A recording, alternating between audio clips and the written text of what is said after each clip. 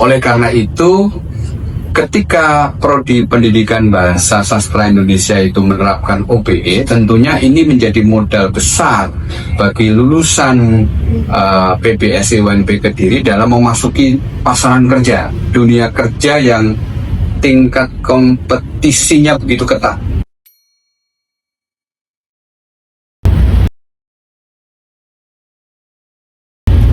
Halo Sobat, salam literasi. Selamat datang kembali di Narakata, narasi yang hidup melalui kata.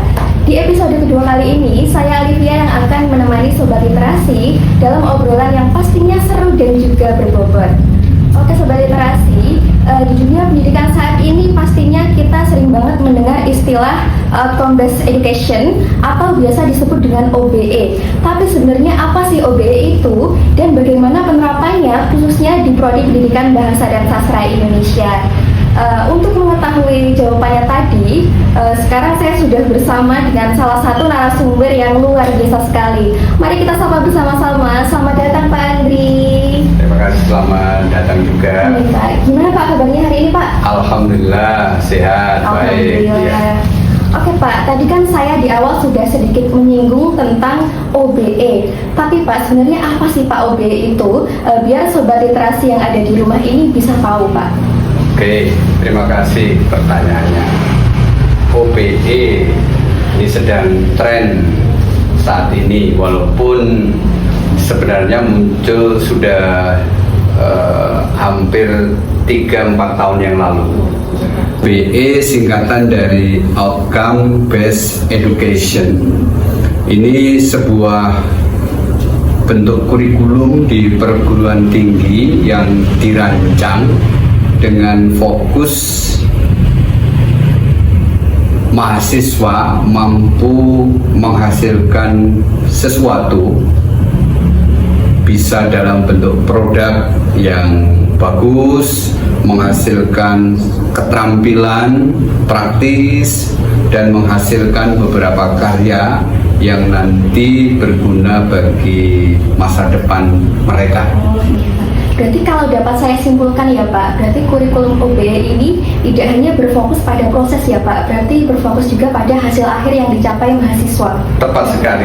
Iya, OBE ini memang dirancang selain memperhatikan aspek teori yang tentunya dilakukan dengan proses perkuliahan selama 1 semester, kalau S1 selama 8 semester, tapi juga dirancang untuk atau mementingkan hasil yang dicapai, hasil yang jelas di akhir perkuliahan.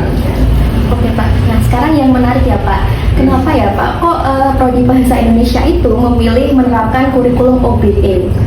Iya, Prodi Pendidikan Bahasa Sastra Indonesia di Universitas Nusantara PGRI Kediri tahun 2026 ini dengan semangat yang luar biasa menerapkan outcome based education. Mengapa? Karena ini sejalan dengan target yang diinginkan oleh negara bahwa abad 21 salah satu kompetensi dan skill yang harus dimiliki mahasiswa adalah kemampuan berkomunikasi. Nah, pendidikan bahasa sastra Indonesia ini ladangnya komunikasi, baik komunikasi tulis maupun lisan. Oleh karena itu sangat tepat, sangat cocok dan sesuai apabila Prodi Pendidikan Bahasa Sastra Indonesia UNP Kediri ini segera menerapkan OBE. Berarti Pak, penerapan kurikulum OBE ini tidak menurun ya Pak, hanya berbagai tahun saja atau bagaimana Pak? Iya, ini termasuk kategori konteks kurikulum merdeka. Artinya perguruan tinggi yang siap dengan kurikulum OBE saja yang melaksanakan. Sedangkan bagi perguruan tinggi di berbagai daerah mungkin yang belum siap dengan OBE itu juga tidak ada masalah menggunakan kurikulum sebelumnya, termasuk program studi. Di UNP Kediri ini juga tidak secara keseluruhan setiap prodi melaksanakan kurikulum OBE. hanya beberapa program studi yang siap. Nah, Prodi Bahasa Indonesia siap menerapkan OPE. Wah, Sobat Literasi keren sekali ya. Teman-teman yang di studio boleh dong tepuk tangan buat Prodi PBSI. Oke Pak, sekarang saya jadi penasaran nih Pak. Iya. Kalau dibandingkan dengan kurikulum sebelumnya, perbedaan yang terletak antara kurikulum OBE dengan yang sebelumnya itu apa Pak? Yang membedakan OPE dengan kurikulum sebelumnya, salah satu diantaranya adalah terkait dengan proses. Kalau kurikulum sebelumnya, proses perkuliahan masih didominasi dengan boleh istilahnya teacher center, atau proses seringkali didominasi oleh metode ekspos atau ceramah atau penyampaian teori yang begitu banyak tetapi kurang praktik. Nah, sedangkan OPE ini murni difokuskan pada bagaimana proses itu menekankan pada proses yang nanti akan menghasilkan produk.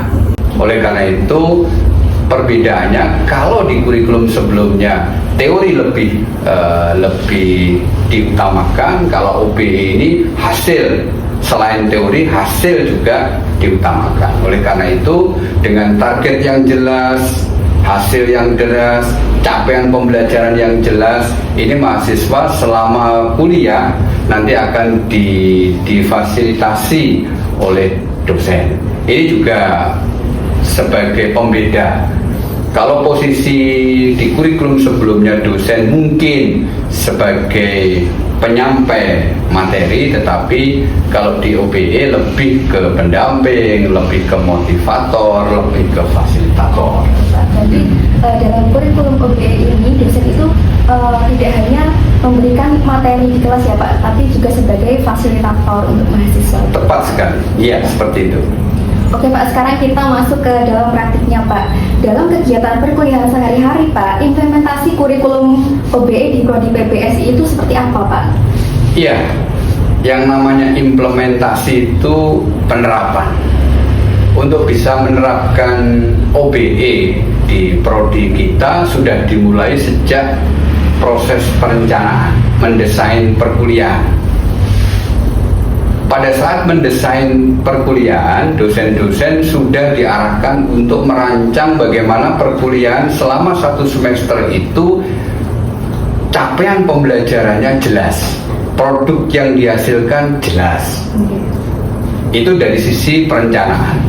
Dari sisi pelaksanaan pembelajaran, berarti dosen-dosen ketika ada di kelas, dia mengacu pada RPS atau rencana pembelajaran semester yang sudah dirancang tadi, dengan cara dia harus mendampingi dan seterusnya. Oleh karena itu, karena didampingi, mahasiswa otomatis harus lebih giat, tekun, kreatif untuk mencari berbagai informasi secara mandiri yang nanti endingnya produk itu bisa dihasilkan dengan, sehingga harapannya nanti dari implementasi ini banyak karya-karya mahasiswa Prodi Pendidikan Bahasa Indonesia yang betul-betul terbukti. Contoh untuk kegiatan mata kuliah pembelajaran menulis gitu ya. Di akhir mereka harus bisa menghasilkan sebuah artikel yang dibuat di jurnal, menghasilkan antologi puisi, menghasilkan cerpen dan seterusnya. Implementasinya seperti itu. Itu ya Pak. Berarti Pak, kalau kurikulumnya berubah ya Pak, itu metode dalam belajarnya itu ikut menyesuaikan ya Pak? Tepat sekali. Jadi menyesuaikan. Oke Pak, kalau bicara soal keberhasilan ya Pak, Prodi itu biasanya mengukur keberhasilan penerapan OBE ini dengan cara apa? Terkait dengan kriteria keberhasilan mahasiswa dalam mencapai OBE, ini sebenarnya dari sisi alat evaluasinya sudah kita siapkan. Artinya sejak kami dosen Prodi PBSI membuat rencana, itu sudah sekaligus merancang dan menyiapkan alat evaluasinya. Nah, alat evaluasi yang disiapkan semuanya mengacu pada keberhasilan mahasiswa dalam menghasilkan produk yang jelas. Produk yang jelas di setiap mata kuliah beda-beda. Nah, jadi produk mata kuliah yang dimunculkan oleh mahasiswa berbeda-beda. Ada yang mungkin karena kegiatannya melalui proyek, maka produknya dalam bentuk laporan kegiatan ketika dia melaksanakan proyek. Ada lagi portofolio, tentunya nanti akan berdampak pada keberhasilan mahasiswa mengumpulkan dokumen-dokumen portofolio. Kalau ada mata kuliah yang nanti endingnya harus melakukan seminar akademik, maka produknya tentunya berbeda dengan apa yang saya sebutkan tadi. Oleh karena itu, tentunya capaian pembelajaran atau ukuran keberhasilan dalam melaksanakan perkuliahan dengan kurikulum OBE ini fokusnya pada hasil yang dicapai oleh mahasiswa secara jelas. Sangat bisa dimengerti, Pak. Kemudian saya, Pak, dari sisi mahasiswa sendiri, soalnya saya saat ini juga masih mahasiswa ya, Pak. Kira-kira manfaat apa sih, Pak, yang paling terasa dengan adanya kurikulum OBE ini bagi mahasiswa? Wah, luar biasa kalau dilihat dari manfaatnya cukup banyak. Jadi kompetisi di negara kita itu sekarang ini sangat-sangat ketat. Artinya dimanapun berada lapangan pekerjaan itu sangat membutuhkan lulusan terbaik untuk bisa berkarya. Nah, oleh karena itu ketika Prodi Pendidikan Bahasa Sastra Indonesia itu menerapkan OBE, tentunya ini menjadi modal besar bagi lulusan PBSI UNP Kediri dalam memasuki pasaran kerja, dunia kerja yang tingkat kompetisinya begitu ketat, gitu ya. Jadi kalau di OBE ini banyak praktek, banyak karya, banyak proses yang menghasilkan sesuatu, yang produk dan seterusnya, action, tentunya nanti ketika lulus sesuai dengan harapan pangsa kerja. Oleh karena itu tentunya ini hubungannya dengan pangsa kerja. Oke. Berarti nanti kan mahasiswa yang mengalami kurikulum OBE ini nantinya itu pasti sudah tahu ya, Pak, nanti mau jadi apa. Misal di prodi PBSI ya, Pak, nanti terjunnya bisa jadi guru ataupun penulis atau apa gitu, Pak. Iya, yang jelas sejak mereka masuk menjadi mahasiswa baru prodi PBSI, seyogianya memang sudah tahu arahnya kemana. Karena prodi PBSI itu di awal sudah menyampaikan ke khalayak bahwa visi atau profil yang dihasilkan lulusan PBSI UNP Kediri nanti seperti apa. Profilnya diantaranya karena S1 PBSI, maka lulusan nanti diarahkan untuk bisa menjadi pendidik profesional. Yang kedua, bisa menjadi peneliti, bisa menjadi wirausahawan dan seterusnya. Itu profil kita. Nah, dengan OBE, profil-profil itu semakin lengkap. Artinya Anda nanti bisa menjadi guru atau pendidik yang profesional, yang mampu menghasilkan buku, yang mampu menghasilkan artikel, yang mampu dan seterusnya, bahkan bisa jadi guru, jadi pendidik profesional sekaligus pembawa acara yang handal juga. Nah, jadi seperti itu. Oke, Pak, kemudian untuk bentuk evaluasi, Pak, antara kurikulum OBE ini apakah ada yang berbeda, Pak, atau lebih khusus? Ya, evaluasi untuk hasil akhir dari capaian pembelajaran mahasiswa ini di OBE beragam. Satu, keaktifan ketika kuliah. Itu satu, keaktifan kuliah dalam arti karena hampir 80% sampai 90% dosen-dosen melaksanakan metode diskusi, maka keaktifan itu menjadi catatan penting. Yang kedua, lewat portofolio.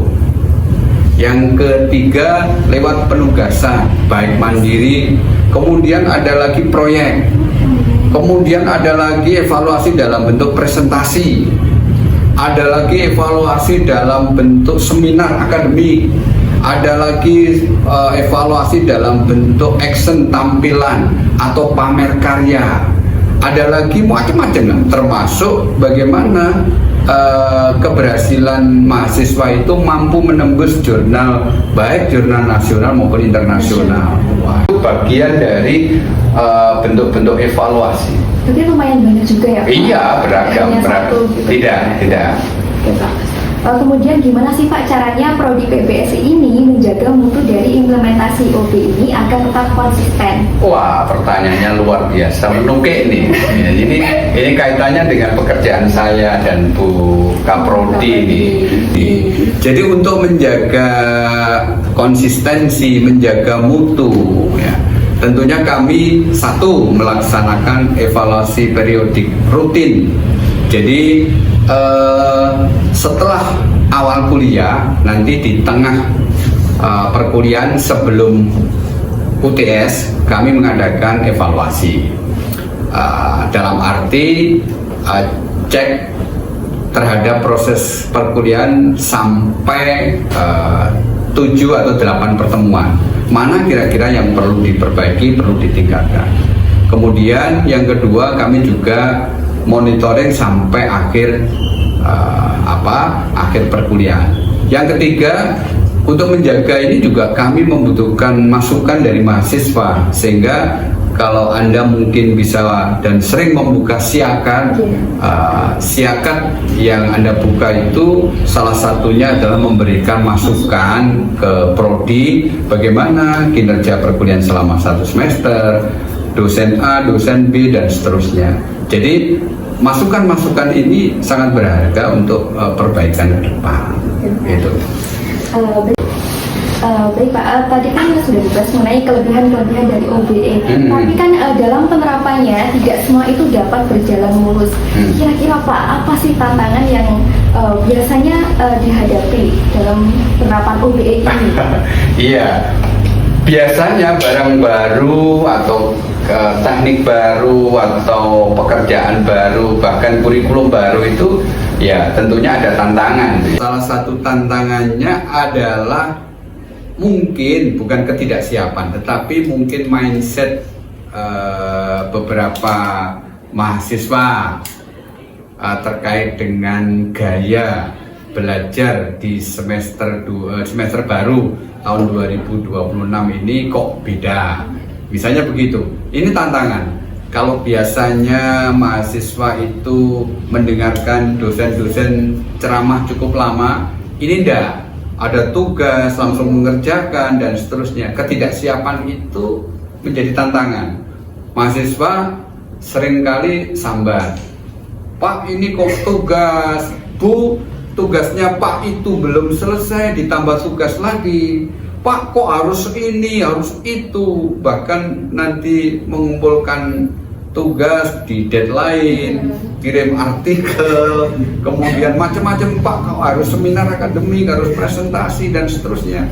Itulah bagian dari gaya penerapan OBE ini. Jadi ini salah satu tantangan. Ya, tantangan yang lain mungkin kita bisa diskusi di pertemuan yang lain. Jadi ini tantangan karena mahasiswa sebagian ada yang tidak siap. Ya, oleh karena saya terus terang juga merasakan hal itu Pak sebagai mahasiswa. Iya. Kadang-kadang tugas itu datang bebarengan, Iya. terus ada lain pengumpulannya juga barengan. Waduh, Pak, itu pusing banget Pak. Nah, ya itu memang gaya kurikulum OBE. Tapi pada prinsipnya nanti target akhir adalah membekali mahasiswa punya skill kemampuan yang seperti itu. Karena di era sekarang ini ya luar biasa tingkat kompetisi di dunia kerja. Kalau dulu di tahun 80-90 10 pekerjaan butuh 10 orang. 5 pekerjaan butuh 5 orang. Tapi sekarang 5 pekerjaan bisa jadi 1 orang. Ada yang bisa jadi presenter bisa, operator bisa, MC bisa. Jadi 3 pekerjaan sudah dirangkep gitu. Oke. Itu ya. Ya Pak, tadi kan sudah sedikit menyinggung ya Pak, keterkaitan OBE dengan dunia pekerjaan. Sekarang pertanyaan saya Pak, sejauh mana OBE ini bisa mempersiapkan lulusan agar lebih siap terjun ke lapangan? Iya. Jadi kami dari tim Prodi BPSI tentunya sudah banyak masukan, mendapatkan banyak informasi terkait dengan dunia luar, termasuk khususnya dunia pekerjaan. Oleh karena itu, dengan tegas dan siap menerapkan OBE tentunya dibarengi dengan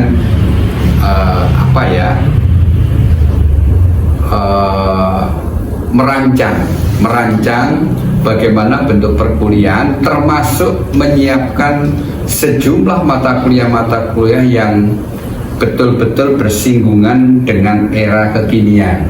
Oleh karena itu, ada sebagian mata kuliah baru yang menurut Prodi BPSI sangat dibutuhkan. Seperti apa Pak? Ya, sekarang ada mata kuliah AI.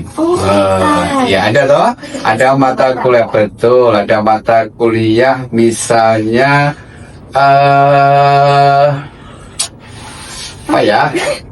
mata kuliah yang kewirausahaan bidang bahasa. Beberapa lagi, ada lagi BIPA. Itu BIPA itu bahasa Indonesia bagi penutur asing. Iya, ya itu kan mengapa itu dimunculkan? Karena ini kita bisa melihat kota Kediri, UNP Kediri ini kan otomatis pelan tapi pasti, apalagi sudah ada bandara ya. Nah ini hampir mendekati boleh dikatakan mendunia sebentar lagi. Nah, otomatis Kediri juga akan mendapatkan banyak pendatang asing, gitu ya. Oleh karena itu, mau tidak mau kita juga siap dengan suasana seperti itu. Mata kuliah yang mungkin bekal dan modalnya dekat dengan kepentingan itu dimunculkan. Jadi seperti itu. Berarti keren banget ya Pak, sangat membekali mahasiswa. Wah ya, iya, keren, tentunya keren gitu ya. Berarti Pak, dalam penerapannya kurikulum OBE ini juga memberikan ruang untuk mengembangkan kreatif mahasiswa ya Pak? Jelas. Jadi OBE ini selain menyiapkan kemampuan teori yang tadi saya katakan, juga menyiapkan mahasiswa untuk bisa menghasilkan dan berkarya. Menghasilkan atau memproduk atau berkarya, ini kata kuncinya adalah kreativitas. Kalau tidak kreatif, tidak akan pernah bisa menghasilkan atau berkarya. Oleh karena itu, OBE ini jelas tekanannya kreatif. Untuk bisa kreatif harus kritis dulu. Makanya OBE ini juga mengharapkan mahasiswa ketika kuliah berproses, dia harus kritis terhadap apa saja yang dipelajari. Kalau kurang paham, tanya.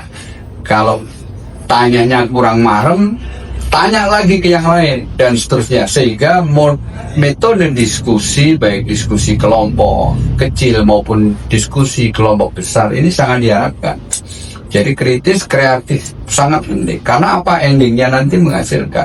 Kalau tidak itu, tidak akan pernah bisa berkarya. Oke.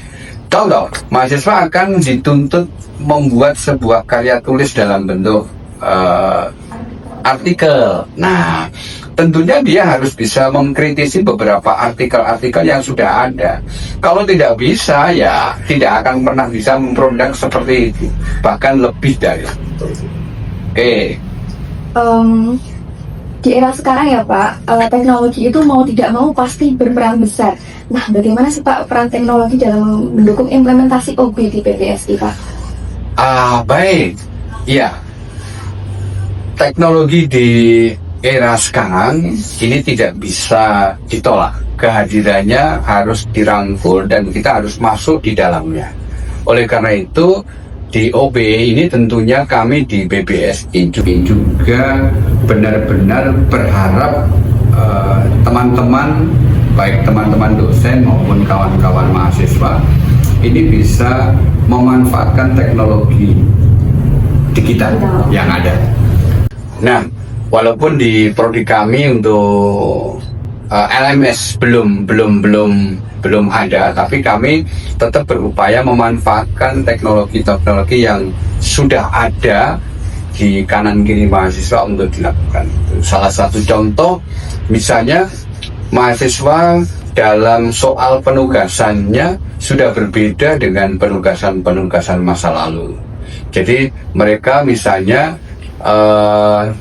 jika diberikan tugas menghasilkan video pembelajaran yang masing-masing kelompok menyajikan materi tertentu, karena kita juga di Fakultas Keguruan ya, maka tidak sekadar merekam saja dalam bentuk video, tetapi teman-teman juga diharapkan hasil rekaman itu harus dipublish, diunggah di kanal YouTube. Ini juga satu bentuk pemanfaatkan media digital ya. Oke Pak, terakhir nih Pak, apa harapan Bapak ke depan terkait pengembangan dan penerapan OBE di Prodi PPSI? Ya, kami menilai bahwa penerapan OBE di PPSI ini sudah sejalan dengan pola pikir yang diharapkan oleh pemerintah, walaupun belum sempurna. Oleh karena itu, dari pihak Prodi tentunya kami terus berusaha bagaimana mengimplementasikan OBE dari waktu ke waktu semakin bagus. Harapan ke mahasiswa tentunya, terutama yang masih fix mindset, itu tolong berubah menjadi growth mindset, sehingga memang seperti itu OBE, sehingga ada gayung bersambut. Kalau prodinya melaksanakan rancangan perkuliahan dengan target-target seperti itu, mahasiswa tentunya harapan kami siap, dan yang lain mungkin juga bisa support itu. Oh ya Pak. Dan mungkin Pak sebagai penutup Pak, Bapak ada pesan-pesan untuk calon mahasiswa yang tertarik bergabung di Prodi PPSI Pak? Oh tentu, ya, calon mahasiswa yang nanti merancang masa depannya di UNP Kediri boleh dan silahkan masuk di Prodi PPSI, Pendidikan Bahasa Sastra Indonesia. Karena apa? Karena di PPSI UNP Kediri ini sudah menerapkan outcome based education, pembekalan mahasiswa untuk kesiapan memasuki dunia kerja yang tingkat kompetisinya sangat ketat. Kami siap menerima Anda dengan maksimal. Oke, baik Sobat Literasi, mungkin Sobat Literasi yang mau kuliah, boleh banget kuliah di Prodi PPSI UNP Kediri. Wah, seru sekali ya Pak obrolan kita pada hari ini. Sebelumnya saya juga mau mengucapkan terima kasih Pak atas waktu dan ilmu berharganya untuk kita semua. Sobat Literasi, nggak terasa ya kita sudah berada di penghujung acara. Semoga obrolan hari ini dapat memberikan wawasan untuk kita semua, khususnya dalam memahami kurikulum Outcome Based Education atau OBE. Saya sebagai pembawa acara pamit undur diri. Terima kasih buat Sobat Literasi yang sudah menyaksikan siniar ini sampai selesai. Sampai jumpa di video selanjutnya dengan narasumber dan topik yang berbeda. Salam literasi.